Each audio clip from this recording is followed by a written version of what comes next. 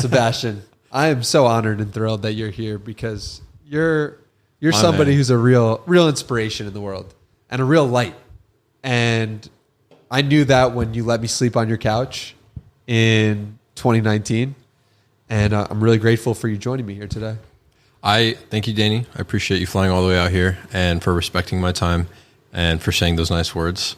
Also, I'm very proud of you for whatever it's worth for blowing up your podcast. I mean that. And Iman said you were the best interviewer that he's ever had, so I'm very excited. No pressure. And I have very high expectations. Okay, so let's start then. Age 15, you're selling muffins and you are repainting go-karts for money. And just to set the picture for everyone, you were there at 15 and now at 23, 500,000 plus subscribers on YouTube. Right. Millions, multi-millions, who knows? I don't think you're very public with those numbers, but whatever it is, you're very successful financially and you came from incredibly humble beginnings and you've documented the entire process. Right. And for that, I mean, to set the scene of what we'll get into, what is that this 23-year-old kid, you're still a kid, saying to the 15-year-old version of yourself right now? Okay. Well, it's a big question. All right. Well, one correction. I wasn't 15. I was in high school when I was doing that. So I must have been 16 or 17. I think I was 17. I think I was a junior. I believe so. So 17 years old. Yeah. Just to set the record straight. And the question is, what would myself now say to that kid that was selling muffins? Yeah. What would I say? I'm trying to think about this in an interesting way, that if I were able to time travel and go back to my 17-year-old self, what would I say? I would say, shit, dude, I don't know. I bet look, bro, you got it. Like, you got what it takes, man. Like, you've figured it out somehow. Like, just don't ever give up. I mean, I believe if I told myself that I am capable of doing it and all of that belief, that limiting belief or that restricting belief was shredded from my mentality when I was 17, I'd probably be 2x, 3 times as far now. So I'd probably say something like that. Not that I'm trying to get as rich as possible, as young as possible. Honestly, I really enjoy the pace I'm going at, but that's probably what I would say just to I don't know, relieve my confidence. Like, hey man, it's going to happen. Like, you're going to do it. Did you have a lot of limiting beliefs when you were just getting started? Okay, so luckily I wasn't too bad. And I said this recently, I think it's because I'm a little bit psychotic. So, and I mean that, like, I think I can do anything. I really do. Like, and Kanye said this in an interview where he's like, if I played for the NBA, I'd be in the NBA, or if I played basketball, I'd be in the NBA. And the interviewer was like, no, you wouldn't. And he's like, yeah, I would. And he was smiling. He's like, yeah, I would. And the guy was like, why? And he's like, cause I can do anything. That like spoke to me. I was like, yeah, I feel the exact same way. I don't know why, but for some reason, I just have this belief in my mind that I can do anything. So I don't have as much of that limiting belief. Like any normal person, once in a while when you fail or when things don't go your way, you question yourself. And that happens to me, no doubt. But yeah, I don't think it's as bad as like maybe the average person. I think that I'm just a little bit, like my screws are a little miswired. It's funny though, because I remember being with you in 2019 and it seems like it's just a different person in a way. Like it seemed like you were a little bit lazier or you didn't want to work out. This was like right when you were getting started working out. And it's fascinating because it's like I see the progression online and I feel the progression now talking to you. What is the progression over the last 3 years from your perspective? Yeah, I think a lot has changed. I think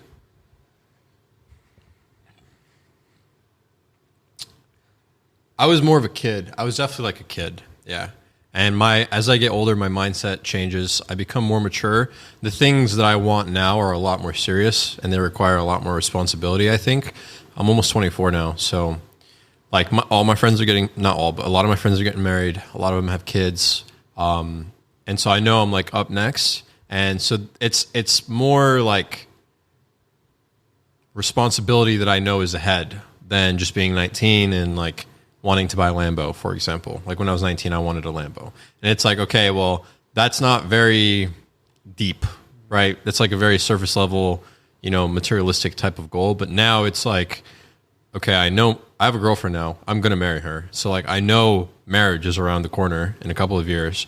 And then I know I need a house, and I would like to pay off my house and pay off my car. And I'd like her to have a nice car because I don't like financing stuff like that. And I know that's around the corner.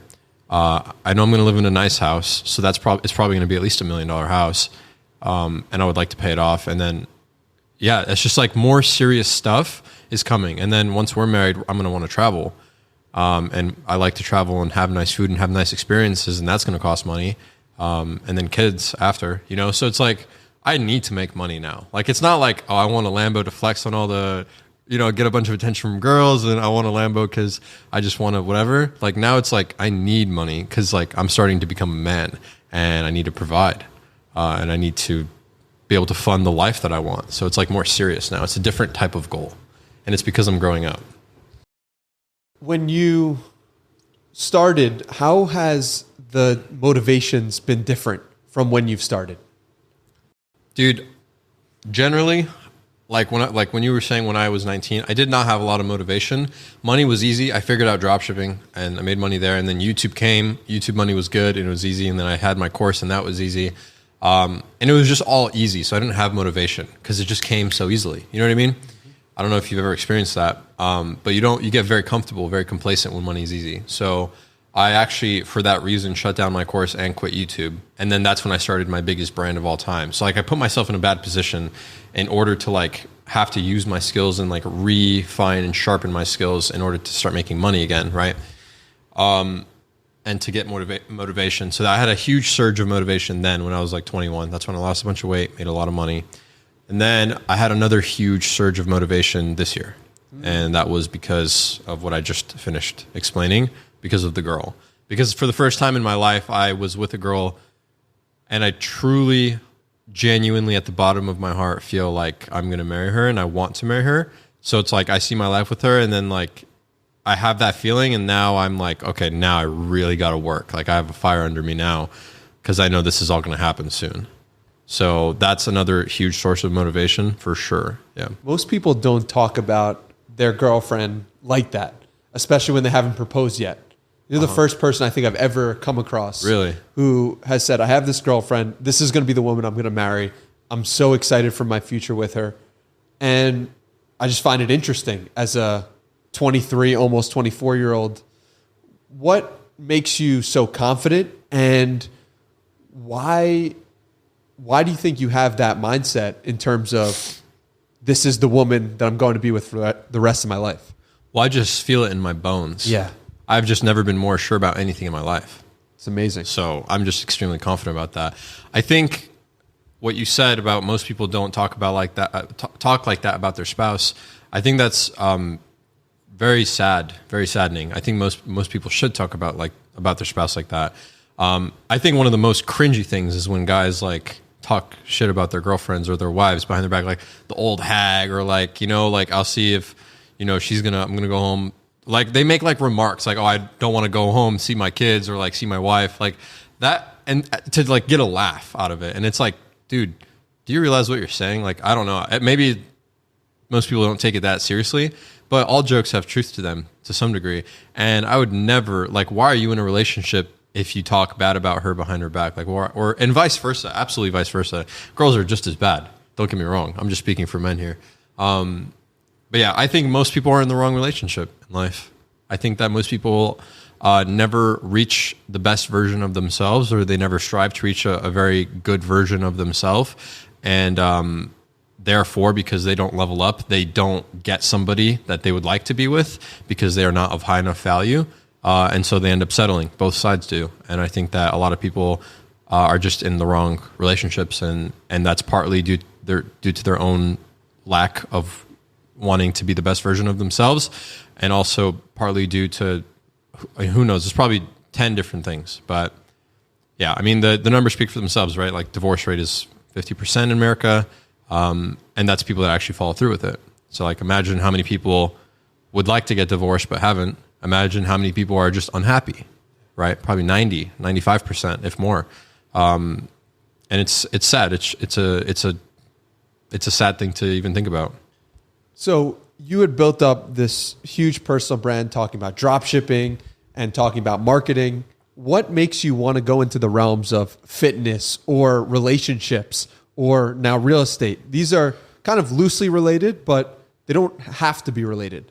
And you are making it part of yourself and your personal brand and your channel to say, listen, I want to be more than just about drop shipping. I want to be more about marketing. I want to be more than just NFTs. Why have you taken this holistic view for your YouTube channel and brand? Well, partly because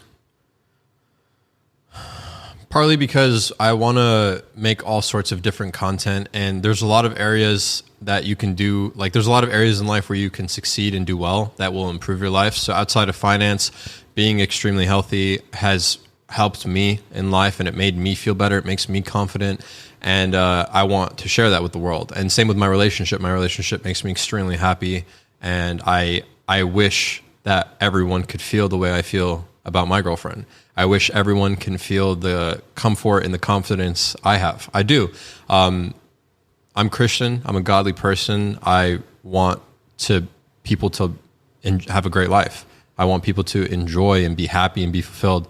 And it genuinely makes me sad that, like, you see people that are old sometimes and they're like full of hate or full of resentment, and you can't help but feel bad for them because you know that they probably had a terrible life, or maybe they're having a bad day, but I doubt it. But like, it's like the people that hate, like when I'm driving fast, like the old people like get so mad. It's like, why are you so mad that I'm young and having fun? Like, one day I'm going to be old and I'm not going to have fun, but I feel like I just feel bad for people like that. I feel bad when people don't live the best possible life that they can live. And that's what I'm trying to do.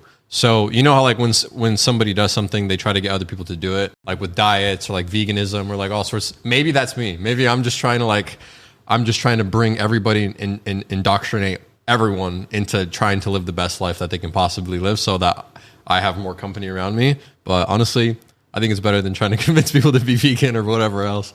So I don't know. That's what I like. I mean, it's made me very happy. It's made me very fulfilled. So I want other people to have that feeling. And on that subject, you've also said in previous podcasts, I think in July of 2022, you said every single month has been better than the last consistently for the last year, is what you said. Why do you think that's the case? And I'm sure that gives you a level of confidence in terms of spreading your message, because you're like, I'm happier, I'm better at this and that, and I feel more confident as a result of that. So what is attributed to the step-by-step growth over the last year in particular? Okay, so this is not only finance, there's a lot of variables to this. And what I meant when I said that is my general life satisfaction and happiness and fulfillment has consistently been scoring higher each month. That's what I meant. So and on that topic, do you track that or just like general mood and feel? Just like general mood and feel. Fair. Yeah. So I don't know why. Like I feel like every single month I win in something else, and like I just reach a new peak, and it just doesn't stop. Like every month is just better than the last, and I actually am curious if it's sustainable, but it's just always getting better and better. Like I'm just happier and happier about life, and like there's a day last month where I was sitting down and I was like, how is this possible? Like how can I be so full of joy? Maybe it's because I got closer to God. Maybe it's because I found the love of my life. Maybe it's because I'm making more money than ever. Maybe it's all of those things. I don't know. But I don't know. I can't figure it out. I think it's a combination of a lot of variables. Just reaching new highs financially, being in love, and getting closer spiritually. Like, yeah.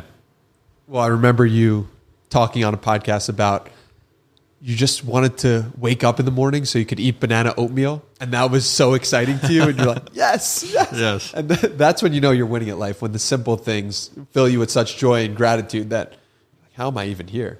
Yeah. And I think maybe there's a second part of this, which is like more of a physical part of it, where I don't play video games. I don't really drink. I don't watch porn. So there's like a lot of areas where I restrict my dopamine. I don't really usually have sugary foods. I eat very healthy. So I think that it just makes the normal things in life a lot more enjoyable because you get dopamine from everything. You get dopamine from eating food, but it doesn't compare to the amount you get from watching porn, for example. And so if you never do that, and then you never do this, and you never do this, like your brain kind of starves for it, I guess, in a little bit. This is all, I'm just pulling it out of my ass, but I feel like this is maybe what could be part of it as well. When you don't constantly get so much of it, just the normal things become so enjoyable. Like reading, like I enjoy reading, and it wasn't always like that, so I don't know. What would you say to somebody who wants to get better and better every month, but is sitting here and they're like, listen, my last 6 months have been average, or I'm in the same place I was 6 months ago. What's your advice to that person, generally speaking? Do they watch my videos? Start watching Sebastian's videos. Hit subscribe. Hit like immediately. Watch my videos? No, but... So are you saying like someone is in the same spot for 6 months and they can't get out, and they're not changing, or they are trying to do stuff but they still don't feel like they're making any progress? What do you mean by that? Yeah, I mean, just somebody who's looking at the last 6 months and they're like, I don't feel any more joy than I did at 6 months ago.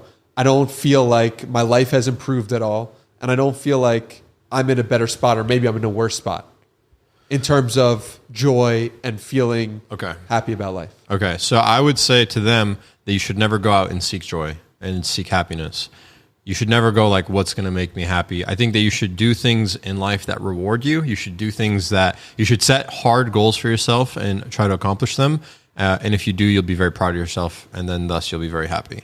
So if you wanted to lose weight, this actually brings me back. One of the other variables that could be causing my extreme joy was I was in the best shape of my entire life, and I always wanted to be in good shape. So it's like another thing that I conquered. But yeah, so going back, I would say you shouldn't chase happiness.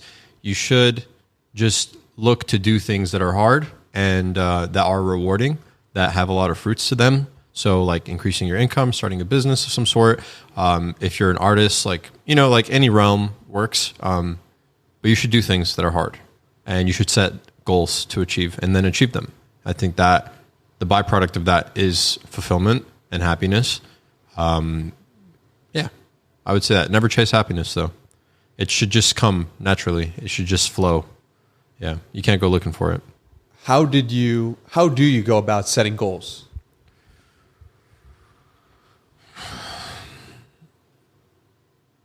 I don't have like a very strategic process, to be honest. I just think of what I would like, where I would like to be in some way, like not necessarily financially, although I did this yesterday on my bathroom mirror, but I just think of something that I like in my head, and then I'm like, let's go there. Yeah. I think part of your success has come down to your creativity of mind. You think I'm creative? Your ability to imagine, right?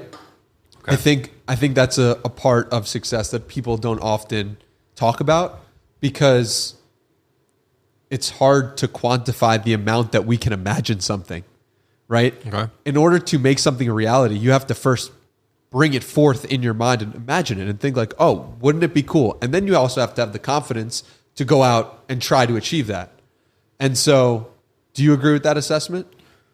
I think so, yeah. Yeah, I would say so. That sounds right. Yeah.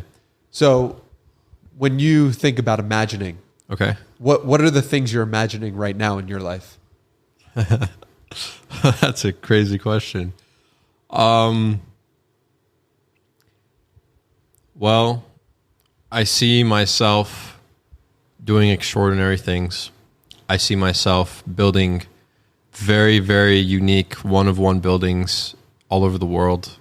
I see myself having an incredible relationship with my family, having a very close relationship with my wife and my kids, having a lot of kids, having a lot of good people around me, a lot of family. I see myself and my family being very generous family, giving away and always doing stuff.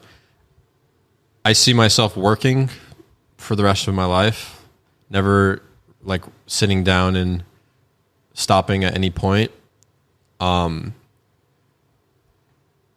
Yeah, there's so many experiences out there that I think about, like snowboarding in Switzerland or going to crazy dinner in like, or a crazy cool spot in wherever, not Monaco. I'm thinking of a different country, but there's a lot of experiences out there that I want to do that I'm so far away from. And I just think about those, I guess, a lot. I would say I imagine those. And like business wise, I don't think I'm going to have like a crazy business. I think once the real estate stuff gets big enough, the businesses will stop. So it's always been my passion. It's what I'm naturally good at, what I like am drawn to more. So once I'm like building $10, $20 million and the businesses don't keep up anymore, I think that I'll probably just stop with the businesses. But I don't know. That could always change. Yeah. It's so cool hearing you talk about the real estate piece of it. I was listening on different podcasts. You're in love with the process of creating a building from scratch. It is so cool to witness you because you really love it. Like that's the part it seems like you love the most. It's just like taking something in your head and imagining what it could look like and then manifesting that into reality and using your design skills or artwork. And that's really cool. Do you have any background in architecture, and what has that process been like creatively in designing your buildings? I don't have a background in architecture. Surprising though, right? Based on how much you love it. Yeah, it is interesting. I don't know why, but I don't. Designing the house was really fun. How I go about it, I don't know why. I'm trying to think about it right now. So I think that I was always inspired by like things that look really cool in reality. Even as a kid, like I'd go into hotel lobbies and I'd be very like overwhelmed and inspired. And so I think this is probably where it started. And then like when I started working, I had told this story before, but like I went to Seattle and I would like to see buildings and they would just inspire me, like just to see something so beautiful in reality, like man-made. And it was very inspiring to me. So I think that I just want to recreate it now because I really like looking at it. So now I want to make it. But in terms of how to like the actual design of the house, I don't know how it came to be. Like I see something and I'm like, I like that. And then I want this and I want this element here and I want to mix the two. I could show you the renderings after. The house is insane. It's absolutely incredible. I don't take much credit for it because I'm working with a design agency on that one, but still, like I told him, like go add these, do this. So yeah, I don't know. It's just probably because it's very inspiring. I don't know. That's probably why.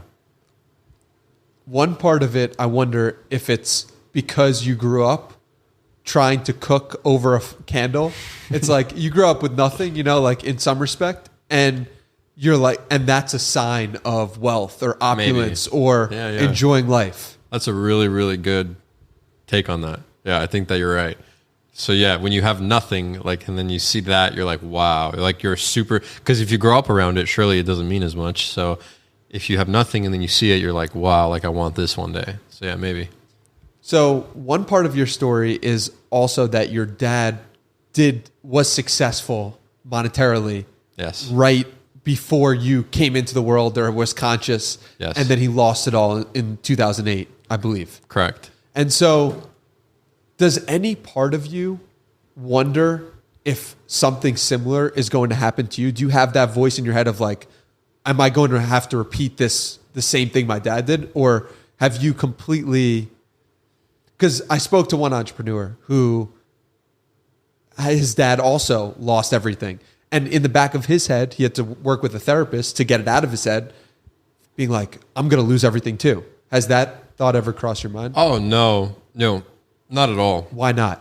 I know the mistake that my dad made. Gotcha. It's just a very simple mistake. And I'm just like, I just won't make that mistake. He was over leveraged. And so like in that department, he didn't have enough money to pay the loans on all of the properties that he had, similar to a lot of people in 2008. I have one property. My cars are paid off. Everything I have is paid off. And my property that I'm paying a loan on, I have more than enough to survive a crash. saved up. So worst case scenario, I can sell my car. Like I'm never going to get to that spot. I'm never going to over leverage myself that much. I have made some big mistakes though, for sure. I have my own fair share of mistakes, but I'm never going to like go back to zero. I don't think. I think that I'm just too, like I'm risky, but I'm not that risky, you know? Like I worked for it, so now I want to protect it. So I won't leverage too much. That's good. Yeah. What do you think is your biggest limiting belief right now?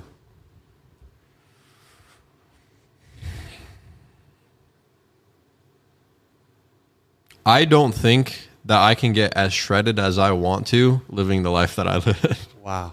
I don't think I can ever do it. I want to be like, just like disgustingly shredded, like 180 pounds, lean, really, really good physique.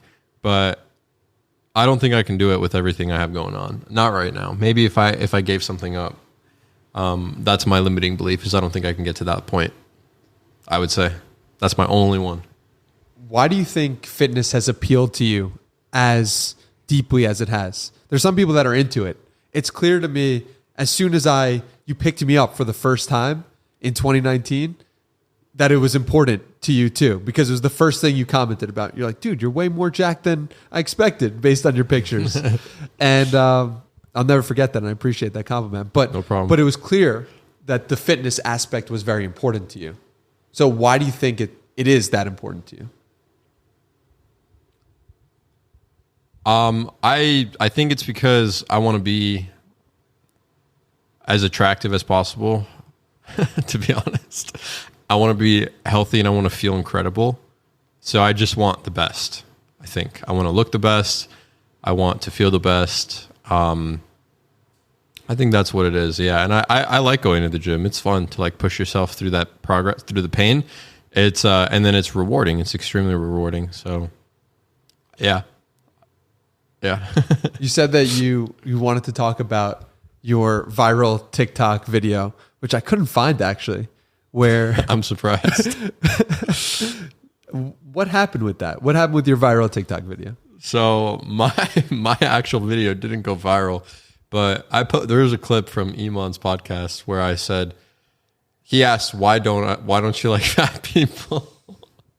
Why do you like fat people? Yeah. And the thing is I said about 20 seconds of stuff in between me finally saying, why don't you take care of yourself? And they cut that out. So in the viral clip, it said, why don't you like fat people? He said that. And then I was like, why don't you take care of yourself? This and that, like health is more important, this and that. And people saw that and they took it the wrong way. And so there's one huge girl, Drew, I think. She's a little bit overweight, right? So she saw that video. She did not like it. She was like, she has a huge following of women. And I've seen like 4 of her TikToks before I was like, all right, I'm done with this. Her TikToks are like particularly hatred content, like where she like talks or makes fun of guys standing up for herself, or I don't know what it is, but it's like more hateful content. And because she posted that, a bunch of other people started posting it as well. So like dudes, nutritionists, some people were saying like, just because you're fat doesn't mean that you have no self-control, this and that. And yeah, so I ultimately got thousands and thousands of comments about that. Hate comments. That video had like that TikTok had like probably 4 million, 5 million views, like that clip of me. Because it was taken out of context. Actually similar to what happened with Tate. So like things were taken out of context, and it's crazy. It's really crazy to be on the other side of it when you say something and then it's taken out of context, and then everyone's criticizing for what was taken out of context, and you're just sitting here saying that's not even what I said. Like, why is everyone hating on me? That's not even what I said. So if you watch the clip, you've seen the podcast. I say I have nothing against fat people. I'm not repulsed by them. They don't bother me. I just think that health is more important than finance. Like, okay, assuming that you have enough to survive, health is more important than getting rich. So if you are overweight, you should take care of yourself because it's the most important thing. If you were offered the ability to trade places with somebody that's extremely obese and can never leave their bed, or can leave their bed like once a week and it's very tough, but they had $1 billion, would you do it? Probably not. Like, I wouldn't do it. Like, I'd rather move around and live life and be happy, you know? So it's like, it's just very easy to see that health is very important and people should take care of themselves. And I stand by what I said. You know, I completely agree with what I said. I didn't change my mind at all. Yeah. what the nuanced conversation is, I think, is that some people who look healthy actually aren't as well. And I'm 100% in agreement with you about, people should take care of themselves. It's very important to do. But Absolutely. It's like, you look at someone who's jacked, but what if they're on steroids? What if they can't run a mile? There are other aspects than just looking fit. And obviously that's the first steps is like going to the gym, getting in shape. But also you look at some of these people and you're like, that's not a healthy person, even though they look healthy. Yeah, that's true. That does happen. But when I look at somebody that's obese, they're never healthy. Yes. So it's like, you should take care of yourself. Yeah. Why does it offend people? I don't get it. Yeah. I think because I do get it. 40% of the country is obese or overweight. I do get it. I understand why that offends people. And it offends people because they know I'm right and it hurts their feelings. Because if I walk up to someone that's short and I'm like, why are you short? It's going to hurt their feelings because it's true. And they know it's true. I don't think so. You don't think so? No, I don't think so. Okay. Because you raise this example. But the thing is, it's different because that person can't control that thing. Okay. So therefore, it's less likely that they're going to be offended by it. When you're overweight, you can control that. Right. So there's a difference there. I agree, but I would say that people that are short, when you do say that, if you go up to them and you say that they're short, they're not going to like it because what's most likely is that they probably know that and they've probably dealt with it for many, many years. They're probably bullied. Yeah. They're bullied for it. Like they were made fun of for it for some reason. So there's like a tender spot inside of them. And so if you say that, they're not going to like it. Like it's going to hurt their feelings. That's why I'm saying that. Would you agree with that? Yeah. If they're not secure in themselves in that moment. Right. And you do meet some short people that are completely confident. But I would say it's more of a, that's not the common. I think most guys that are short would prefer not to be short. If you went up to them and been like, you were like, yo, if you could grow to 6 feet right now for free, would you do it? They'd be like, yeah, I would. Yeah. Yeah. But it's also about like playing the hand you're dealt and taking each situation and being like, what can I change about this? And if there's nothing you could change about it, why spend time You're right. on it? Yeah, right. I'm not saying you should. Yeah. I'm not saying you should. My point and why I brought that up was because I think that when there's truth to something, that's when people get upset. I think if you think you're stupid and then somebody calls you stupid, it makes you mad. So if I don't think I'm stupid. So if somebody calls me stupid, I'm like, nice. It has no bearing. Yeah. If somebody calls me short, I'm almost 6'1". I'm like, okay, nice. Just incorrect. Yeah. So it's like, and if I say fat people should take care of themselves and you know that that's true, then you're going to be like, well, because you're mad because you're not doing it and you should be doing it and you should be doing it. And that's why you're mad because you're not. So what I say makes you feel bad. Ultimately, it has nothing to do with me. It has everything to do with you.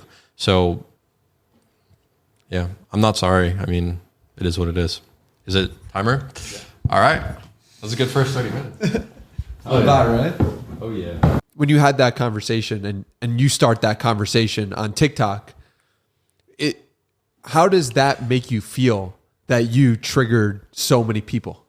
So, dude, this is something that I've never been like a flash mob came at me. So first experience, most people don't experience that. And it's weird. You cannot let yourself like get into it. Like I looked through some of the comments and bro, like these people are ruthless. Like these are mean comments, man. I've never seen so many people just with so much disgust towards me. And it was hard. Like at first it was like a very heavy toll. It was like someone threw a huge bag and I had to catch it. And I was like, oh, like holding on to it. And then I was talking with my girl and I realized I was like, I'm not going to look at any of these comments. I can't. Like it's too much weight to load. And that's like a little bit. I can only imagine what like some people go through. So like I have a great understanding now of like big influencers that do stuff and they get canceled for it, bro. Like people texting you, like I had friends texting me like, why do you hate fat people? Like family, like just on this, like a couple million views. So I can only imagine how bad it really gets. But I had about 2 days where I'd look through some of the comments. And then after that, I was like, I can't, I'm not even going to look. Like new videos would pop up and they still do. There's a video now of me kind of going viral where I said women should not dress provocatively if they have a man. And I also have a video going viral where I said I wouldn't sleep I wouldn't date somebody with more than 3 bodies. And people make duet that video all the time. And I see them and I don't even look anymore. I'm like, all right, cool. I don't care. I can't, that will suck so much of my energy. I cannot do it. So how do you think about energy management today and making sure that your energy is going to the appropriate places? Bro, this is huge.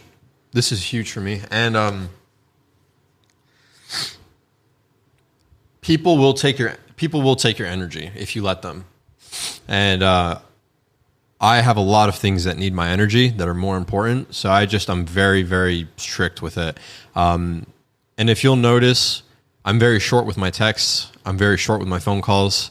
I don't like to waste time or move around. Like if I'm either going to do something that has a very high priority and spend my energy doing that, or I'm going to like relax and not be bothered by anyone so that I can like recalibrate, reboot. So it's like, yeah, it's super important. At least for somebody like me, where I always have a lot going on. I always have a lot to think about, a lot to manage. Or yeah, maybe I'm just not as efficient too, but I don't know. When you say relax, what does relaxing time consist of for Sebastian? Relaxing is just anything that I do where I do not use my head at all. So is it still okay? Anything where I don't use my brain. So literally, like this week, it's been watching the new Formula One documentary on Netflix. That's because I'm watching and I'm not thinking about a single thing. That's relaxing. Yeah, that. Or Makes going to sense. the gym, I guess. I'm not really thinking about too much, just like really pushing myself. When did you realize you were in a completely different spot than when you started? Is there a moment that sticks out in your head where you say, "Oh my God, I'm in a completely different place than when I was just selling muffins"? Yeah, when I had my first 10K month dropshipping, I remember I was still like in high school, and I was with like all my high school friends, and we were like at the house we were usually at when we would party, and I had like an Excel sheet tracking all my sources of income and et cetera, and how much money I was making, and I made 10K. It was December, and I showed my girlfriend and like 2 of my friends, and they're like, you made 10K this month? And I'm like, yeah, it's effing crazy. It's insane. And at that point I knew, I was like, okay, now I'm starting to make good money, I would say. And there's been other times, like my first 25K day was big. And then one day I made 100K in a day. And then I was like, I've really come a long way since then. Yeah. So just like, I guess when I make like a certain amount of money. Do you ever get worried about putting all your financials out there and putting all of your information out there? I know at one point it really freaked you out and you took a step back in YouTube, but you're talking about these numbers pretty openly, and a lot of people are doing these numbers and not talking about it. And at what point did you say, okay, I want to put myself back out there, when you previously decided that you wanted more privacy? Yeah, so I am more private. I would like to be more private now. I like to think that I'm more private than I was when I left. And I will remain that way. It's just hard, man, because that stuff is what gets a lot of attention, and it's hard. And it's like, I'm on YouTube, so it's like that's what we're trying to go for anyway, is get attention and get views and stuff and grow. So it's hard, but I put thought into it, and I like think about it, and I'm like, I shouldn't say this. I shouldn't say this. I keep some things secretive, and there are things out there that, like, back then when I was living, I would share pretty much everything on social media my entire life. I wouldn't have an ounce of privacy. But now there are things I've done and people that I'm close with that nobody knows about. There are numbers I do and businesses I do that I don't talk about, things that I do that I don't talk about.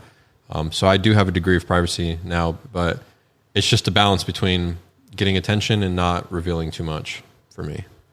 What advice would you have for somebody who's literally just starting out their YouTube channel, and maybe they're talking about money, or maybe they're talking about marketing your business? Based on everything you've learned, what advice would you have for that person who's starting in 2022 about sharing specifically? About like sharing their personal stuff? Oof, that's good. I don't know.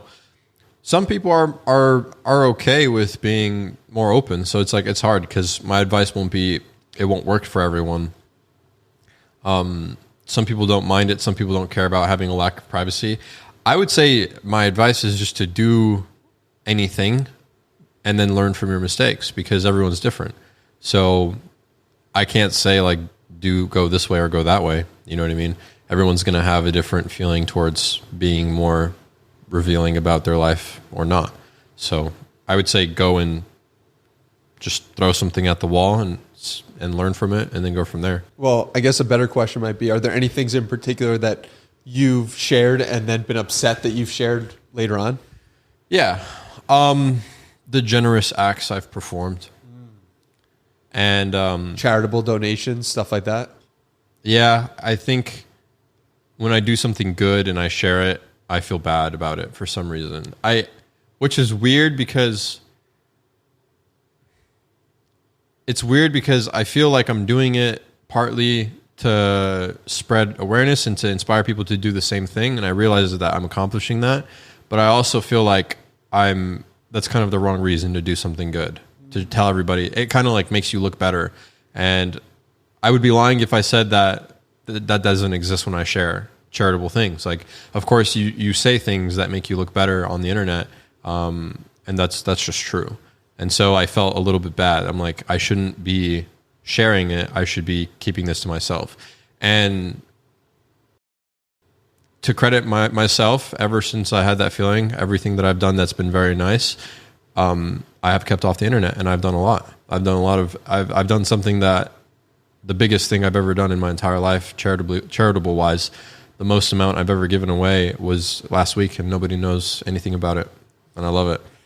Well, we won't ask you too many questions about that. I can tell you when the cameras are turned off. Fair enough. Yeah. No, I really appreciate that. When did you find the self-awareness, or when did you find the time to reflect on the mistakes that you had made, and how did you come to that conclusion of like, oh, wow, this feels wrong, or this doesn't feel like I should be doing this, so I'm not going to do this anymore? There wasn't a single point. I remember watching my own YouTube video where I talked about something that I did for somebody, and I looked at myself and I was like, is that how I want the world to see me? And the answer was no. Wow. So I was like, I'm not going to do that. That was a couple months ago. And then you always see people on the internet that are like bragging about the things that they give away.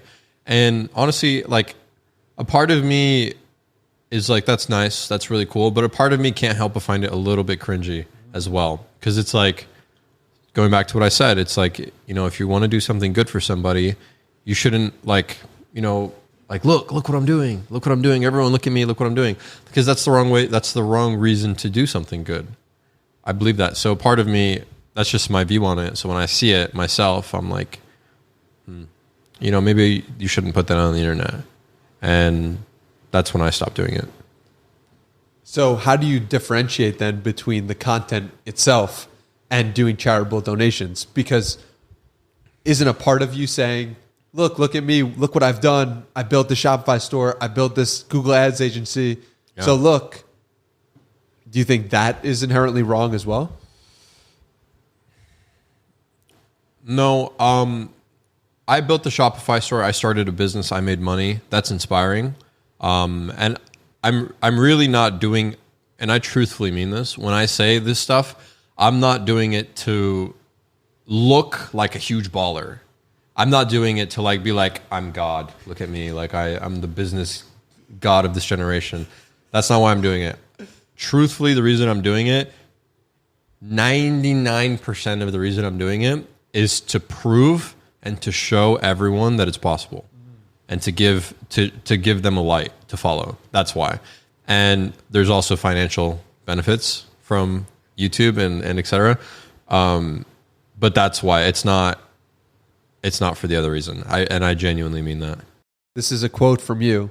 Genuinely, from the bottom of my heart, I want to inspire as many people as possible. I want to make people as happy as possible. And when they think of me, I want to leave them with a good taste in their mouth. Yeah. A quote from you. Yeah. But it's funny because and you've done that in a large part. But I'm curious how it must have felt like when the internet's attacking you, 4 million people for your views on this. But how does that land for you when you know that at the heart you're really trying to just inspire people and be a light? Yeah, bro. It's sad. It's like, it's a sad feeling. But it doesn't get to me too much because I know all those people don't know who I am and they don't know my story. They don't know anything about me. They're just random people that have one bad image of me in their head. And for the most part, I think they're like kind of NPCs, to be honest. Like they're all real people, but they're all like like anybody that sees a clip of somebody and knows nothing about them and then proceeds to comment and make a video talking about how stupid I am or how like inconsiderate I am without knowing anything else about me is kind of like an NPC. Like you're kind of dumb. Sorry. But don't you think, how do you have compassion for that person?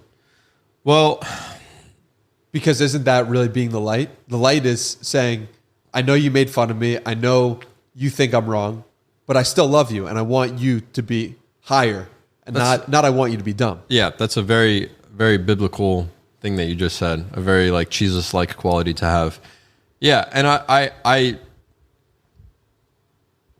let me think about it.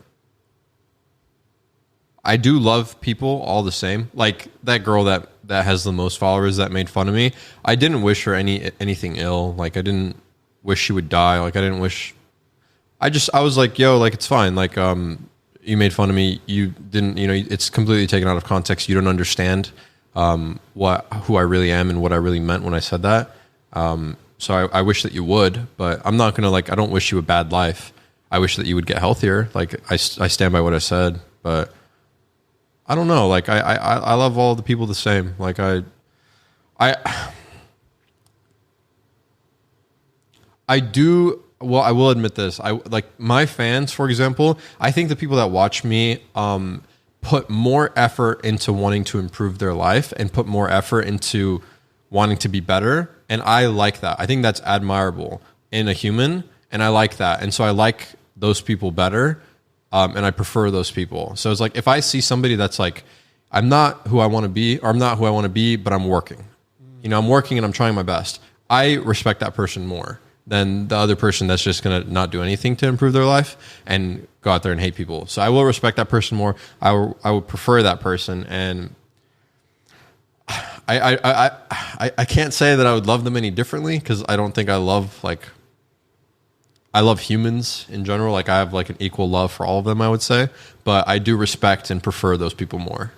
I think those people are just perhaps sometimes at a different point in their journey than the people who are upset at life and who are struggling and who won't do anything to help themselves.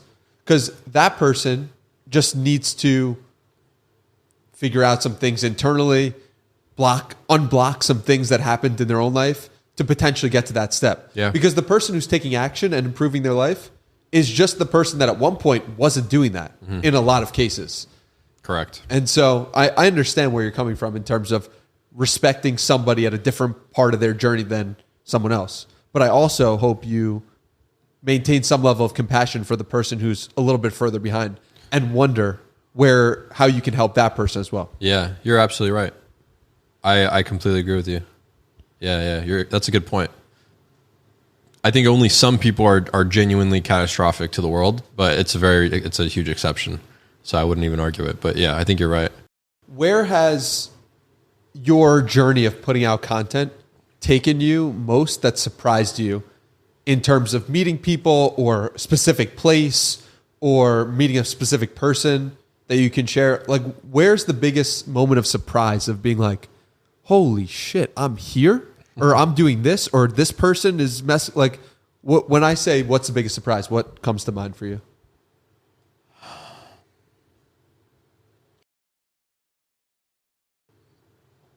The biggest surprise,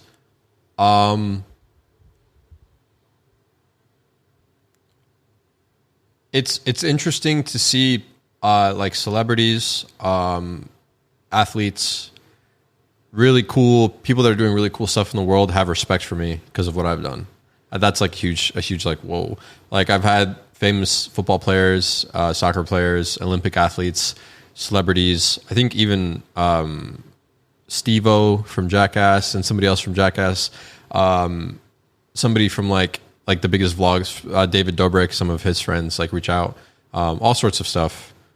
And it's just like singers, like famous singers, musicians, they all reach out and they're like, bro, I love your content. And it's like, I'm like, whoa, that's crazy. Like I'm just a kid. That's how I feel. But that was the biggest element of surprise, is just having the respect of other people that have done really cool things. I think that's a huge element of it. Yeah. What do you think those people in general see in your content? A hardworking hustler that came from nothing and that now he has something and they respect it. I think that they just see a hardworking kid. Yeah. And I think those people are just like me or anyone else that have a little bit of followers on the internet. Like they're all normal people. They all have just done something cool and they respect other people that have done cool things. And I'm the same way. One of the theories that I've been working around in my head is people at similar levels of their own journey come together at around the same time to appreciate, to show each other love, to connect. Why are you and Iman recording a podcast? Well, you started around the same time and built a similar thing. But why are some of these athletes reaching out to you? Because they've been doing their sport for 10 years and you've been doing your sport for 10 years. Yeah. Just a different sport. Right. And those people understand the level of effort and hard work that goes into it. No matter what you're doing in life, it's hard. Business, becoming a top level athlete, becoming a famous actor, musician, like all these people got there because they continued to show up and they were consistent. They put in a lot of hard work, right? And it's like you see, if you watch UFC, you see a lot of the fighters after fights always hug each other. Most of the time, sometimes they have genuine beef. But why is that? It's because these people, both of them have a similar feeling, which is, I know how hard you've trained for this. I know how much you've gone through. I know how hard this fight was. And I came out by just this much more. And I genuinely, like, I respect the shit out of you, bro. Like, that's like, I know what you've gone through because I've gone through it and I respect you. And it's like, I'm not going to brag in your face. It's just wrong. Like, I know what you've gone through. And they have that same feeling. That's why fighters are always like, bro, I love you. Like, you got so much heart. It's inversely, it's like people that have not worked hard, like they always hate on each other. But people that have worked hard, they're like, bro, like massive respect. They're super nice. And so it's just something I noticed. Yeah. It's just about people who they see it. Game respects game. And anyone who's putting out game in one aspect of their life see that, oh, if you said, oh, I just wanted to be a fighter, and from 15 to 23 you were fighting, you would be in a similar position, right? Just in a different game. Correct. And it's cool to see, and it's just a reminder that another one of my theories is everything's the same. Like if you want to get good at fitness, it's the same as business. You had this advice to someone. Someone came to you about wanting to start a business, and you're like, bro, get in shape first. Mm-hmm. Why'd you give that advice? Let me make sure. Okay, we're still going. I was thinking about this today. I knew you were going to ask me this. So when I say, if somebody came up to me and they're like, how do I start a business? If and only if they were extremely unhealthy or extremely overweight and it was like a problem.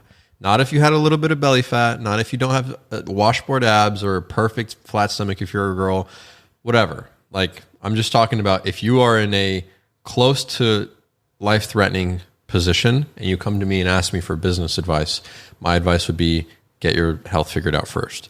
Because like we agreed on earlier, health is the most important thing in life. You wouldn't trade all the money in the world for somebody that's terminally ill. So the reason I say lose weight first is because, like you just said, losing weight and starting a business is very similar in the sense that it's hard. It's not going to happen overnight, and it's 1% every single day. And there will be periods of time where you see no results, and you will continue to have to persist, and you'll continue to have to work hard in order to get results. But in the end, it's extremely rewarding. So it's very similar to business. And since it's more important, it should be done first. Makes complete sense. Yeah, it's very logical thinking. What's fascinating about life is that so much of improving is stuff you can't see a difference on the day to day. It's only on the month to month or year to year where you're like, holy smokes, this is a completely different stratosphere I'm in. Yeah. I wonder why nature's set up that way. But it is the way it is. That's our life. You have to do things slowly and over time, and then you see massive results. It's crazy. Yeah. One part about your story is like that's really interesting to me is you're not just about the money aspect of it. You're also about how can I think through some of these things to help people in a deeper way. Like money is almost just the byproduct of you thinking about life and the best way to live life. Mm-hmm. You view that also true? It is. Yeah, it is. Yeah. If you start a business, I agree with what you're saying. Mm-hmm. Philosophy though, like when did you start thinking, I want to design the right way for not only me to live, but also other people?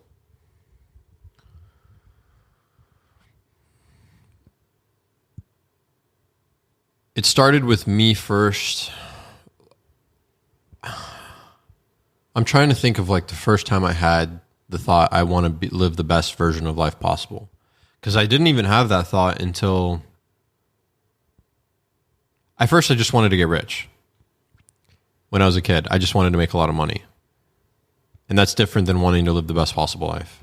I think the first time I had that thought was like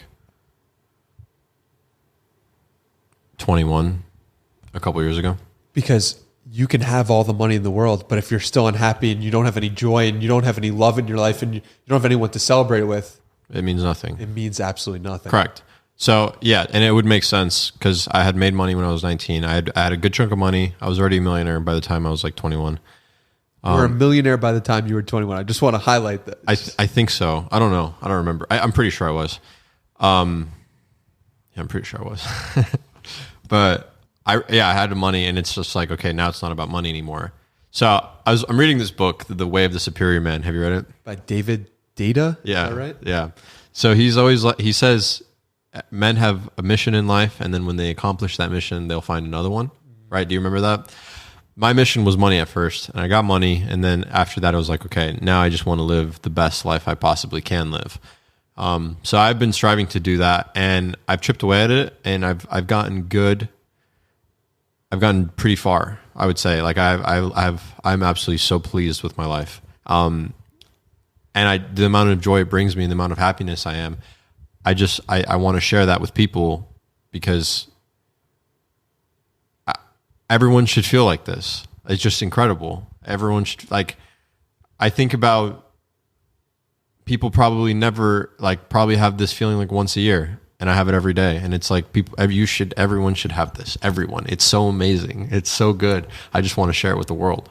I want everyone to feel it. So I don't know, once it became my mission, and then I kind of I started chipping away at that mission, and then I got a taste of it, and I was like, yes, this is good. And then I pour it out to everyone else. I'm like, you guys have to do this.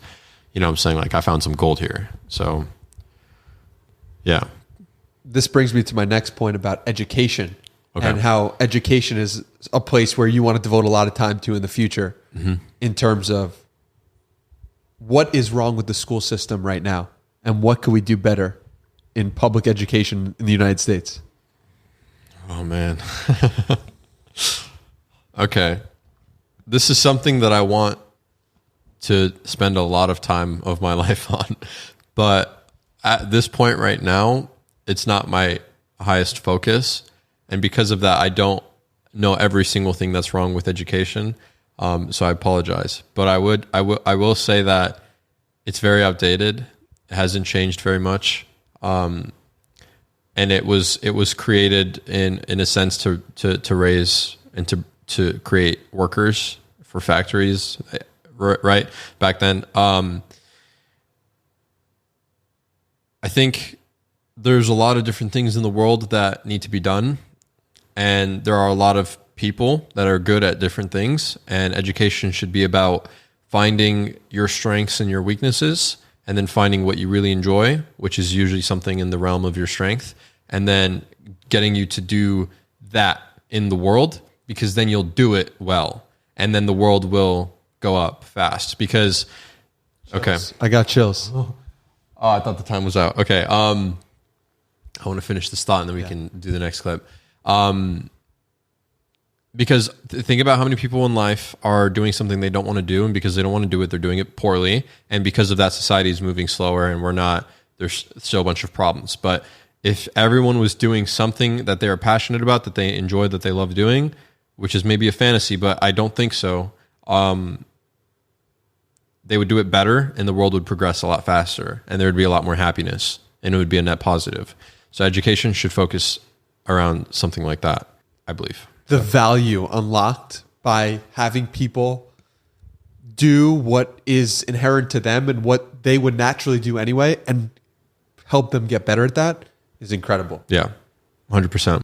So if you were a kid right now, let's say you're 12 years old, 13 years old, ideally the education starts before then, but what would be the thing you think you would focus on, or you would have chose to focus on if you were that age?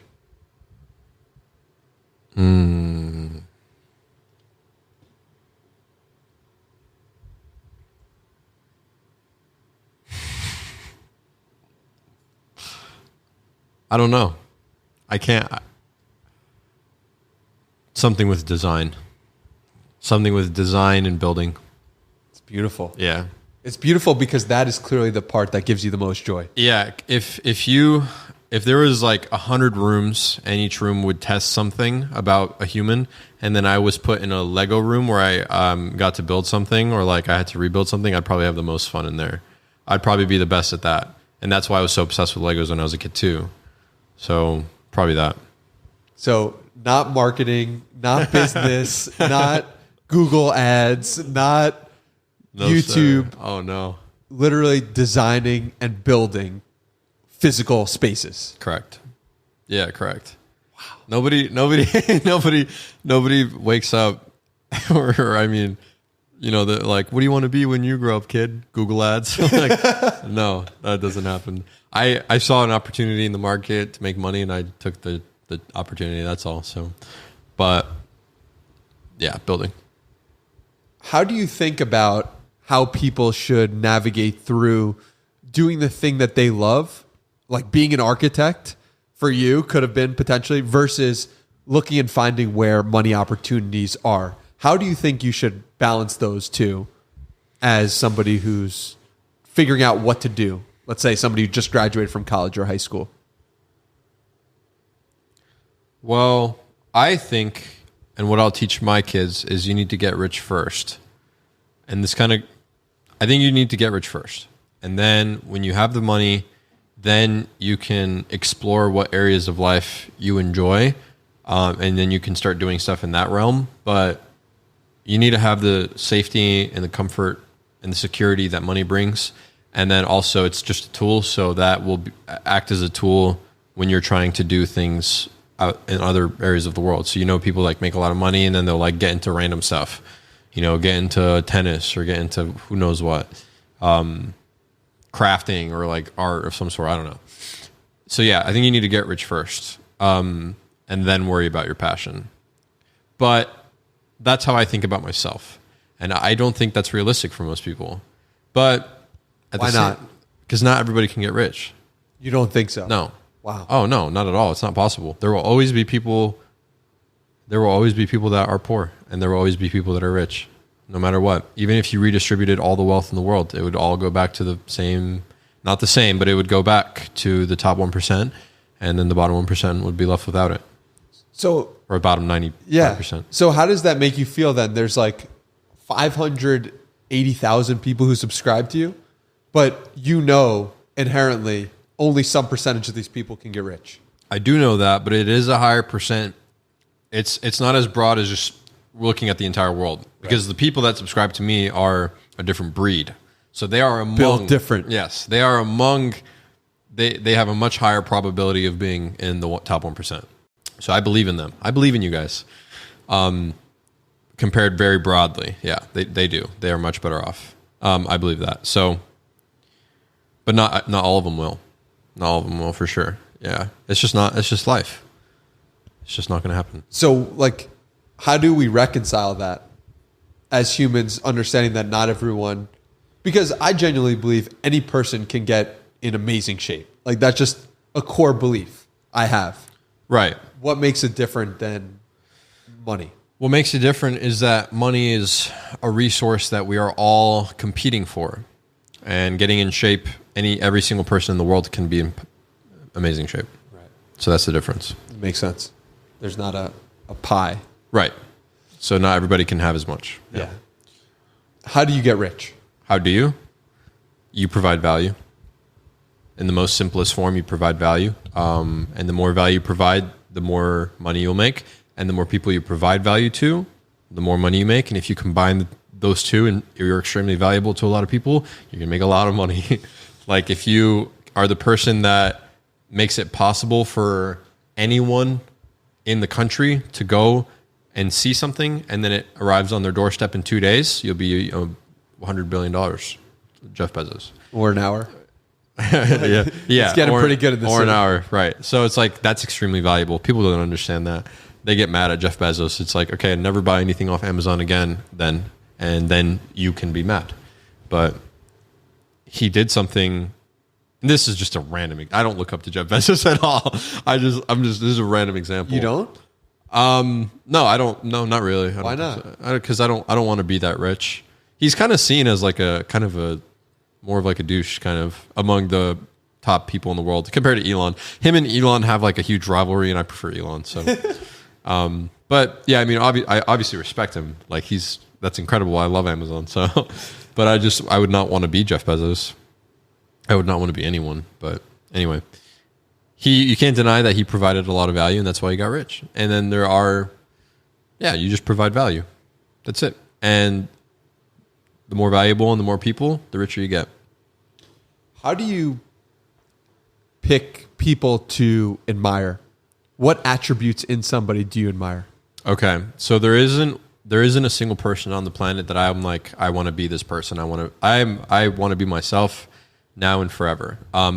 I take certain elements of people and I look up to those people for those things, and I'm like, I really like that about you. I'd like to adopt that quality, and I would like to bring it into myself. And yeah. What's the last example where you've done that with somebody? Okay, that's a good question. Let me think about it.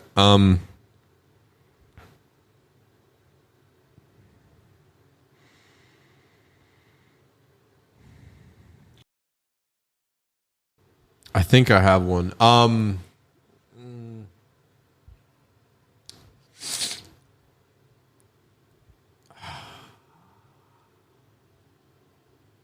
I notice how there was somebody that doesn't take things so seriously, like jokes. And like sometimes people make jokes around me all the time, and sometimes I'm like joking, but sometimes I take them kind of like, not like the wrong way, not like, but I'm just like, I have a serious response to something that was a joke. And then it just kind of like kills the mood a little bit. I like, they don't notice it, or they don't like, they brush it off. And then I think about it and I'm like, why didn't I just like feed into that joke? Like, why am I being serious about it right now? So somebody, I admire, something that I admire from someone is how they're always able to like run with a joke and like continue doing it and not like kind of take everything seriously. I'd say probably like 30% of the time I do. So that's the last thing that I can think of. And that was like a couple days ago. What's going on in that 30%? No, somebody will just say something like,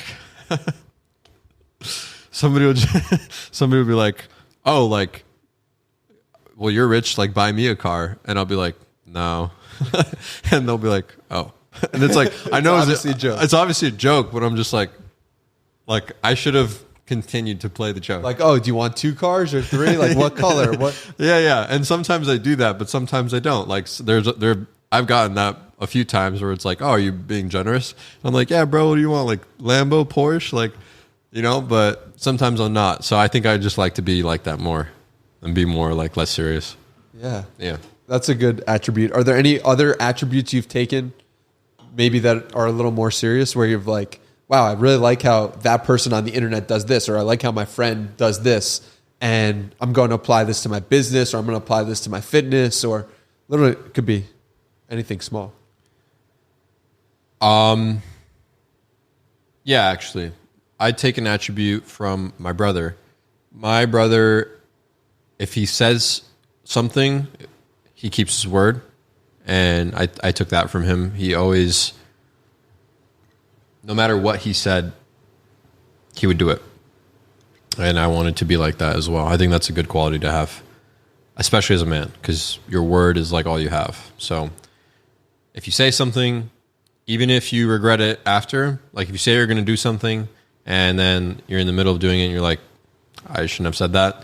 Either way, you got to finish. So I took that. That's something that recently, yeah. That's an area I really want to improve as well. And I realized the periods of my life when I've done that, my word becomes a wand. Meaning I can literally say, this is going to happen, and then it does. And it gives you power over your surroundings. But I've also noticed periods of my life when I haven't done that at all. And they've been more difficult and things have been harder. What are examples in your own life where your word has been your wand versus when your word has meant less?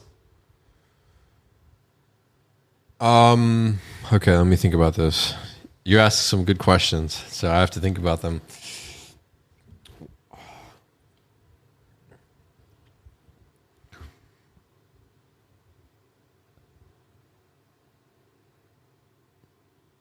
Well, okay. I'm not going to tell you the specific examples just for privacy. Understood. A couple weeks, 3 weeks ago, I said I was going to do something with somebody and I didn't follow through on it. And I just felt really bad about it. And I felt bad because I don't want, that's not me. I don't want that to be me. And now that person has an experience with me, and that's part of their database of experiences with Sebastian. And I don't like that because I don't like that to be me. So it made me feel bad. And I thought about it. And I noticed it a lot, obviously, because I can still remember it. And then a week ago, I had an idea to do something, and then I said I was going to do it to some people, and then I did it, and then I'm very, very happy that I did. So both in the last month, where I did both, and one made me feel bad, and it still makes me feel bad right now. I still have shame in a way, like guilt in a way, towards it. And then the other where I still am proud of myself. So it's like, okay, I just have to correct and keep living life that way, you know? Yeah. I think that feeling bad about something you've done is a good sign of progress and growth, because it's a pointer to the direction that you want to go. Oh, shoot, I don't really like that feeling. Even though it's easier in the moment for me to not do what I said I was going to do, you feel like, oh, there's something there. It's like you said you're going to work out and you didn't. At night, you're sitting in bed and you're like, oh. And this raises the point about nuance in the world, in that you and me are both two people who do what they say they're going to do sometimes, and also other times we don't. Yeah. And that's just the truth of it. And I wish I could sit here and be like, I said I was going to do something and I did it 100% of the time. But that's not the truth of where I'm currently at. It's what I aspire to be. Right. Yeah. Yeah, absolutely. Are you done with your thought? Yeah. Okay. Yeah. Everyone's human, and there's no one that's always going to be perfect. And then obviously it's just a scale. Yes. And you want to just get as high up as possible. Right. But yeah. And to your point about feeling bad, you should feel bad if you do something wrong. That's good. It's a good feeling. Somebody in my life made a mistake, and it was a big mistake. And we talked, and they said that they feel bad. And and I'm not bragging about this, instead of saying, it's okay, like you'll do better next time, like it's okay, it was just a mistake, I said, you did make a mistake and you should feel bad. And you just have to learn, and that's okay, because mistakes are made. Feeling bad is normal. You should feel bad, and we're going to correct it and move on. Just don't make the mistake. Which is a very fatherly way to go about it. I think the motherly way is more like compassionate and like, you know, it's okay, like comfort and stuff. The father's like, yes, you should feel bad. It's okay though. The future is different, you know? So yeah, I agree with that. You should. Holding yourself and holding the people around you to a higher standard is something that we often don't think about when we're talking to our friends. You're like, you said you were going to do this or you didn't do it. And it's like, no, you're better than that is sometimes a better statement to make than it's all good. Yeah, dude, it is. And I wish that people would do it more. I wish more people were like that. Like, if you're on a specific diet because you're trying to get to a goal and you go out with people and then they offer you something and you say, oh, thank you. You know, I appreciate that, but I'm on a diet. Like, I'm trying to do something. Why is it that almost all the time they're like, bro, come on, like, just eat it. Who cares? Like, you look good or whatever. Like, in my experience, it's been very much like that. I don't know about you. And I'm always thinking to myself, I'm like, why are you making it harder for me? Why are you making it harder? Like, you should be like, oh, if it was me, I'd be like, oh, you're on a diet? Give me that. Like, I'll eat it all. You know, like, don't even get that out of your face. Why do people make it harder? Like, you should help people on their journey because it's already hard. It's already hard. So just help me get to where I want to be. Because, like, if you think about it, you know that I want to get to this point. Or, like, if I'm working on a business and you invite me out and I'm like, no, I'm working on my business. Like, bro, come on. Like, unless I'm never going out, like, unless I'm so bad about it, like, why are you trying to convince me to do something that is worse for me? Maybe because they want company and something that they know is not good. I don't know. Because you are highlighting their own mediocrity in that moment. Often. Maybe. Yeah. And I just wish it wasn't like that. I wish if somebody was like, hey, do you want to go out? And I'm like, I'm working right now on something important. They're like, oh, okay, let's go. Never mind. I'm not even going to send you any snaps. I'm not going to make you have any FOMO. Like, keep doing it. And then I'd be like, thanks. Yeah. Like, I will. Thank you. Like, have a good night.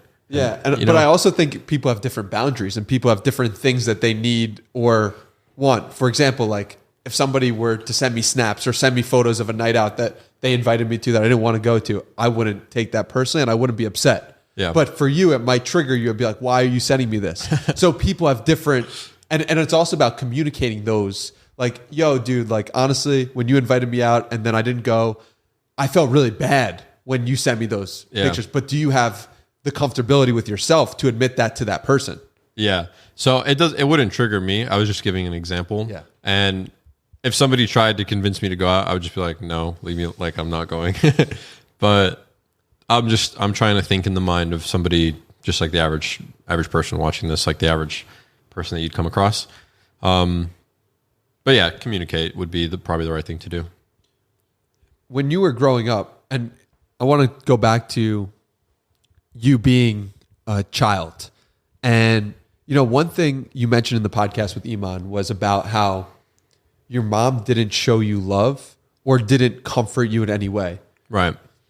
But I also heard you talk about it in a different podcast where you said you were failing in the first 2 weeks of drop shipping, your first 2 weeks, and you go to your mom and you're like, Mom, it's not working out. I don't know what to do. And she says to you, son, before you succeed, you first have to fail. So it's interesting. I don't know if that's selective memory or you're right in both cases where she was giving you the support you needed in one moment, but as a whole, she didn't. But I did find that interesting. Yeah. So those were two different time periods. When I was dropshipping, I was 17. When I was talking about that in my podcast with Iman, when I was thinking about it, I was thinking about being like 5 to 12 years old. Makes sense. Yeah. So when I was really young, my mom has, and nothing, because now a bunch of people are going to watch this. So, like, let me just be very clear. I absolutely love my mom to death and she loves me. Our relationship now is stronger than ever. She's more loving now than she's ever been. It's Beautiful. Great. Yeah, it's absolutely great. But back then, I can only imagine the things that she had gone through. So she had 4 kids she had to raise. My father was not part of the picture. She did not have support, child support. She was working 2 jobs to be able to survive. That's it, to be able to survive. My dad, left her and was doing other things with other girls. And so she's heartbroken on top of all of that. So she's heartbroken and working as a girl. Absolute warrior of a person. And so I cannot even begin to ever even imagine what it was like for her. I know she was probably on some sort of medication. I know she probably contemplated killing herself, like all sorts of stuff. So I could not even begin to imagine. And I'm not holding a grudge against her at all for not being as present as a mom should be. But reality is reality, and she was not as present as she should have been because of all the other factors. So like I said, I don't hold it against her. I'm just stating the facts. So there was just unfortunate cards, like you said earlier, just bad hand in that regard. But as life goes on and as she becomes more comfortable and not so stressed, she gets over my father, she heals from that. She starts making more money. The kids start moving out and start depending on themselves, and life becomes easier for her. She's just warmed up, man, like melted like ice. Yeah. Well, I want to talk to you about that because a lot of people might have grown up in situations where they really love their parent, but their parent didn't give them some love that they needed or felt like they needed in that moment. And it was no fault of their own, but that's just how they feel. And they want to gain a closer relationship with a parent or somebody in their life. How do you best go about doing that? Oh, man.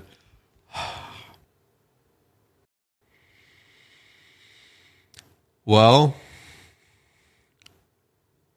what worked for me, I'm not a therapist. I'll just tell you what worked for me.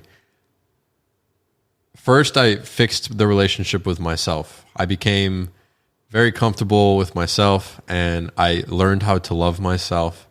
And I did that when I was, 2021. So I did that first. And then once I was like, okay with that, I still had broken relationships with everybody else externally. Once the internal was fixed, I went outside and started fixing the externals. And I just went up to my mom and I was just honest with her. I just told her the truth. And it was hard. We talked for about 2 hours, but the reason I did it was because I had a temper with my mom. Like I would get upset fast. And she would do something and I'd be very like I'd get annoyed fast. When other people, I wouldn't do it. And I thought to myself, I'm like, why am I getting so upset so quickly? And then I thought about it, and it's like, it didn't take very long to realize it's like, it's because I still am angry. I'm still an angry kid that you didn't give me what I needed. So I went and I just told her the truth. And I'm like, yo, I sat her down. I was like, yo, the reason I'm like yelling and the reason I'm upset is because I feel like I have like a resentment. Like I'm upset at you, like because of this. And of course she started crying, and we just talked about it for a long time. And I gave her examples of like, you should have done this. Like, even recently where it's like, you should have asked about my business more. Like you never did. Like all my friends care about it. Their parents care about it more than you do. So I did that, and we had a very open discussion, and she's like, yeah, you're right. You're 100% right. And I see your point, and I'm going to try to change, because she didn't know any better and she was busy, but like I just communicated how I felt, and I told her, not like in a rude way or a mean way, but I just told her like how I felt. And it's like, this is how I feel. Like you can't ever get mad at someone for explaining, sharing their feelings. And that brought us a lot closer, and she did a lot better since then. So I communicated. I just told her how I felt. It's beautiful, man. Yeah. Really, like that's really beautiful. Is there any other situations? You mentioned it was first yourself, and I want to get into how you did it yourself, but what other relationships did you mend or repair in your own life?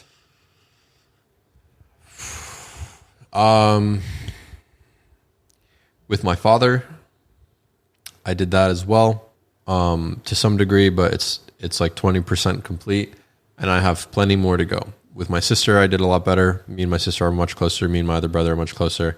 But there's a lot of work to do. So, yeah.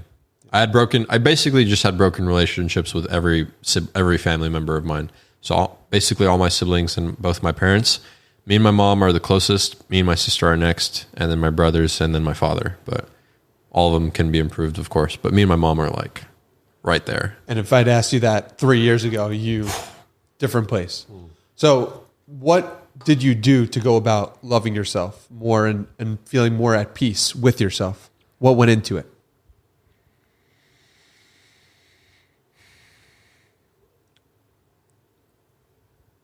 The thing that did it for me was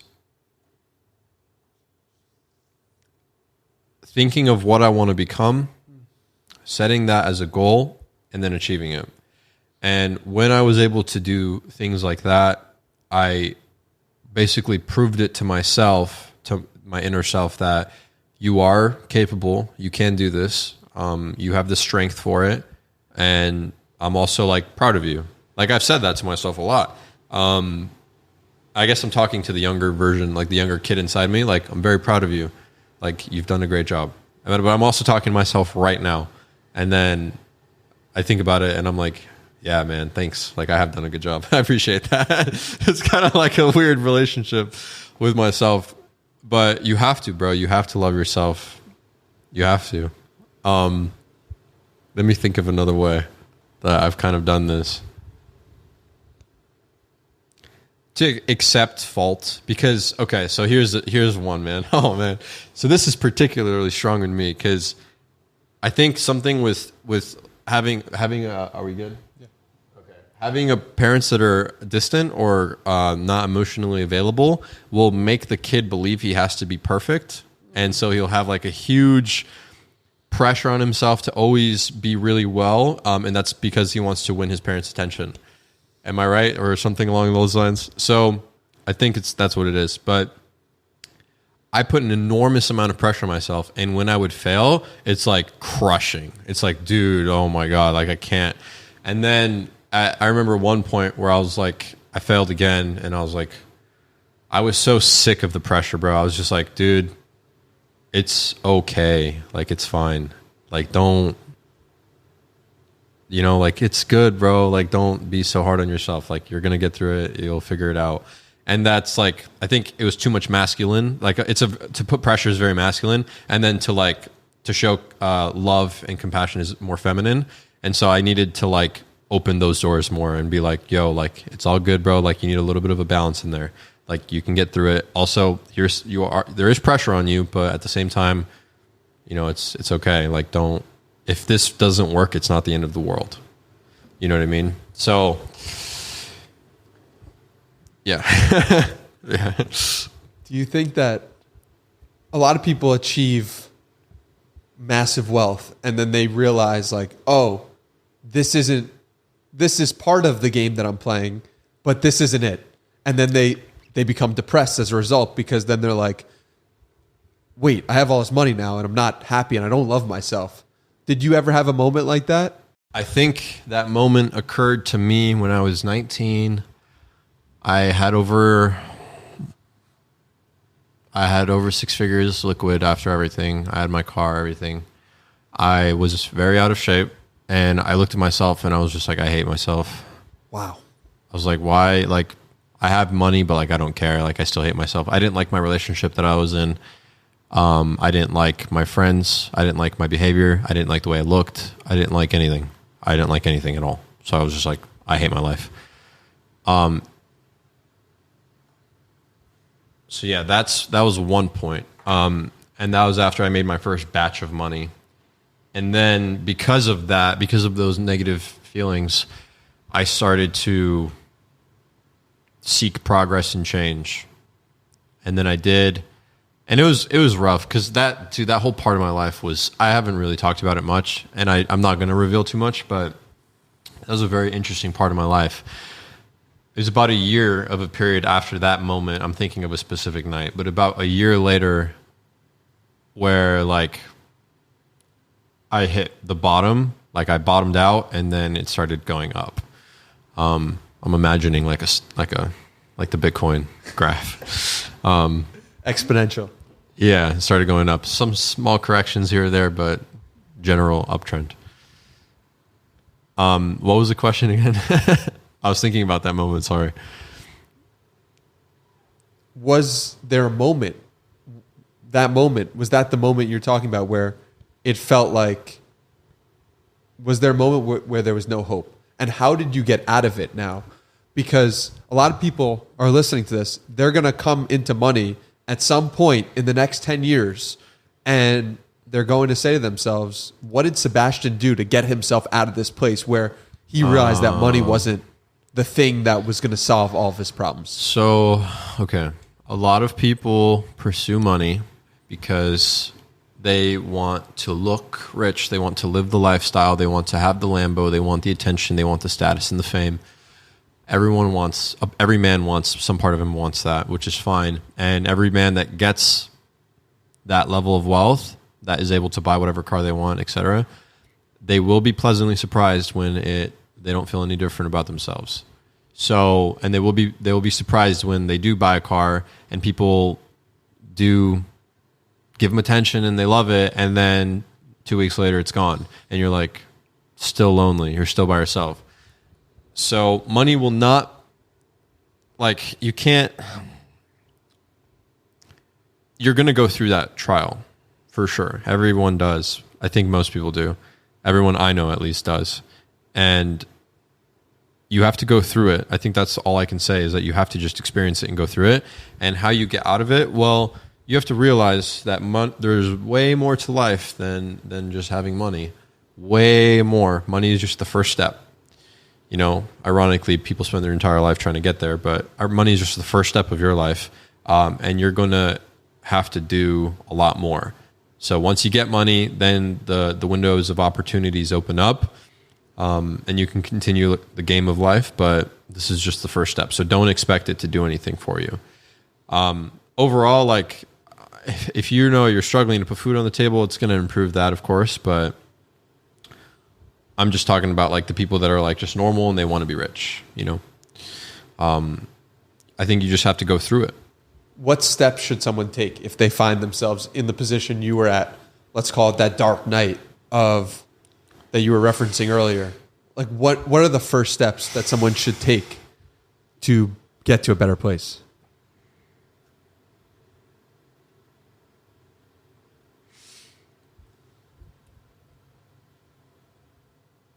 I want to say think about what you want to be and what you want to become, but I think that idea changes as you live life.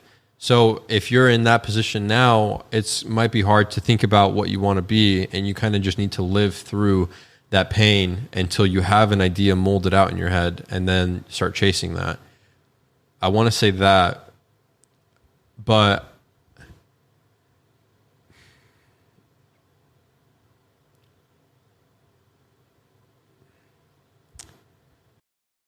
if you're in a dark place, try to think about why you don't like it, what you don't like about that dark place.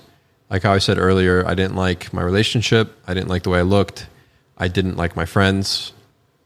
I knew that. And try to think about why you're in that dark place and then work your way backwards and change those things maybe one at a time. So now I do like my relationship. I do like the way I look. I do like my friends, etc. And I'm much happier. So work your way backwards. If you are addicted to video games and you're in a dark place because you're like, why can't I ever do anything? Like, why don't I have any money? And you have to sit down and be honest, because being honest is important. A lot of people can lie to others, but you can't lie to yourself because you know the truth. If it's like, okay, I wish that I wouldn't be addicted to video games. Okay, you're going to have to give that up. Like, or you're going to have to put a serious restriction on it, or I don't know.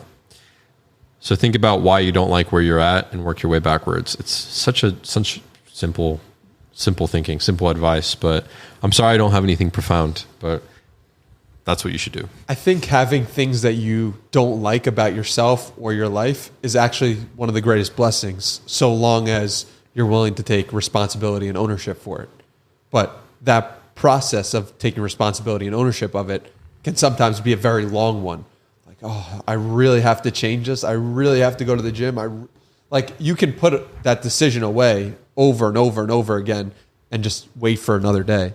What advice do you have for somebody to speed that process up and to take ownership or responsibility of something wrong in their life a little bit faster? Well, you have to grow up. Like, you have to do what you need to do. If you know, let's take the example of, like, you don't like the way you look. If you don't like the way you look, you know that you're going to have to stop eating junk food, and you know you're probably going to have to start exercising. You know that's the path to looking better, right? So if you don't want to do that, and you do want to look good, like those two things contradict. Like you have to pick one or the other. You either are going to keep doing what you want to do and you're not going to get to that point, or you're going to sacrifice that and get to that point. And you kind of just need to grow the hell up, because it's like, it doesn't matter whether you want to give it up or not. Like you have to, because you have to realize what's more important: overall health and confidence that comes with being in great shape, or a Dorito bag right now. And then 2 minutes later you feel guilty, and then Krispy Kreme tomorrow. Like, what is more important to you? Is it truly more important that you eat the donut? Or is it truly more important that you're healthy and you look good? What's more important? And then go for that. So, I mean, I can't imagine most people would answer eating the donut, but you kind of just have to, like, you can't just do things when you feel like doing them. I certainly don't. Like, bro, I mean, I've had a hell of a week this week. Like, bro, I've had a terrible week. This is probably one of the worst weeks I've had all year. And in terms of what? Productivity, wanting to do stuff, motivation, getting in the gym. And I skipped one day at the gym and I felt like a piece of shit. But I was like, bro, you can't, like, just because you don't want to doesn't mean you can't. You gotta go. So I went to bed last night and I went to bed and I was like, bro, I didn't go to the gym. Like, all right, tomorrow I'm going first thing in the morning. Like, and then I did. And you have to, like, you have to put one foot in front of the other, and you can't let yourself fall behind. You know, I know that that's more important to me, so I can't skip. I gotta keep going, no matter what. Don't rely on motivation. You just got to do it. It's the worst advice. That's not bad advice. It's good advice. You've talked before, and we've talked a little bit about education, and I want to circle back to that because, in particular, you want to raise an army of superheroes, a SWAT team for your children. You want to you've got some life planned out where I believe it's 4 kids you want to have and then 3 adopted children. Is that correct? That's what I said on Twitter. You're right. Good memory. That's what I said, but plans can change. Right. So, but you are creating this family in your head, and what is most exciting to you about being a parent? I think it's genuinely going to be amazing to see something that you create grow up and experience life, and you get to see a bird's eye view of it. I think that'll be very cool to watch. And when you're going through life, when you're growing up, it's like everything, all of those experiences as a kid are new, and you're just like kind of taking them in and like, whoa, like whatever. But when you're observing somebody do it, you're like, well, I've already been there. Like, I kind of remember what he's going through. Like, let's say he's like 8 and he has a crush on a girl. Like, you remember how you felt and how it was. And it's just kind of cool to have a different perspective on it, which I'm really excited for. But at the same time, like, you pick somebody that you're madly in love with, somebody that you're so attracted to, somebody that you have so many emotions to, and then you create another human with it, and then that human like grows up and like kind of like is trying to figure out what's going on, and you're like don't do that, like do this. Like, okay, I've been there. Like, I don't know, it just sounds so like so cool. Like, it sounds so sick. And I know people are gonna be like, oh, wait until you have kids, you're gonna hate it. Like, shut the hell up, dude. Like, no, I'm not. I'm gonna enjoy every time that they scream crying, every diaper that they have to change, every time I have to feed them, every inconvenience. I look at that differently than those people do, like, that are like so annoyed by it. Like, I'm looking at it and I'm like, that's so interesting. Like, that thing is like downloading information and growing, and it's so interesting. I think I have a different view towards it for sure. But I'm excited for every part of being a parent. Literally everything. I can't wait to give my son wisdom. I can't wait to see the man that he becomes. I can't wait to teach my daughter. I can't wait to be a team with my wife and to like work together and bounce, ideas and like come up with a good plan. And I'm excited for all of it. Yeah. It's fascinating because, like, I'm sure many people have told you before, it's rare to hear a 23-year-old talk about that and so excited about a family. And it's very wholesome, And I think part of it is that you're trying to be a light. Part of it is also like you're trying to recreate something that wasn't present in your own life. Correct. And I think there's something beautiful about that, taking pain of your own and transforming it into massive pleasure for potentially 7 other people. Yeah, absolutely. Yeah. I had something I wanted to mention. Like having a family and procreating and having kids is probably or arguably one of the most important things that you'll ever do. Like when you die, nobody's going to care that you made the best ad for the company that you worked at, because eventually people are going to forget. But when you die, your kids will be there by your side and they're going to continue to impact the world, and then they're going to have kids. So ultimately it's the greatest impact you'll ever have on the planet. And probably the most important one.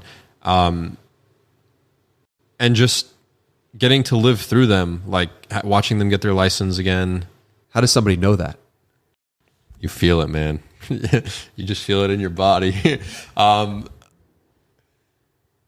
When I had broken up with my ex-girlfriend, which I dated for a long time, I genuinely believed that I would never find somebody that loved me like she did ever again. I thought I'd be alone for the rest of my life. I couldn't imagine somebody loving me more or me loving somebody more. I thought I was doomed. And I believe that from the core of my being. And I asked my brother and other people that were married. I have this thing, actually, quick side tangent. I have this thing. Anytime I get in an Uber, I ask if they're married, and whether they are or not, I ask them for advice, because usually they are with kids or usually they've been divorced. Very rarely they're not, like they're just single, but I always ask them for their advice. And I ask people a lot, how do you know when someone's right? And a very popular answer is you just know. And I could not understand that for the life of me. And it bothered me. I'm like, what a lazy answer. You know? So I never understood that because I never felt it. And then I met Mrs. Georgiou and I just knew. And I was like, oh, all right. So I'm just going to say you'll just know. You'll just know. But maybe you won't. I don't know. Maybe you won't. But you'll just feel it inside your body when you find her. Man, I'm very happy for you, because Thank you. I could sense the joy and how often you speak about her and how often you bring her up in podcasts when I was listening to this, and how talking about your significant other makes you feel. I could sense it. Mm-hmm. And for that, I'm really happy for you and really grateful that you have experienced true love. Is that what you call it? I guess so, yeah. I think so. I think it's the closest to it that I've ever felt. So yeah, but thank you. I appreciate that. And it's a good feeling, man. And I can't wait for you to have it one day if you don't already. So dude, we've been here for 2 hours now, basically. And I just want to take a moment to thank you for your thoughtful answers to everything you've brought here today, because it's clear when I asked you a question here, you don't just come with the first thing that comes to mind. You're really sitting with it, seeing how it lands on you, and then answering, which I really appreciate as somebody in my position. Yeah. So thank you for being you and being so thoughtful. Thank you for asking me very hard questions. No, but yeah, I enjoyed the podcast. Thank you. I appreciate you coming out here and doing it with me. And I hope that the answers were good, and I hope that your viewers like it. Cheers. I'm sure they will. Cheers, brother. Thank you. Thank you.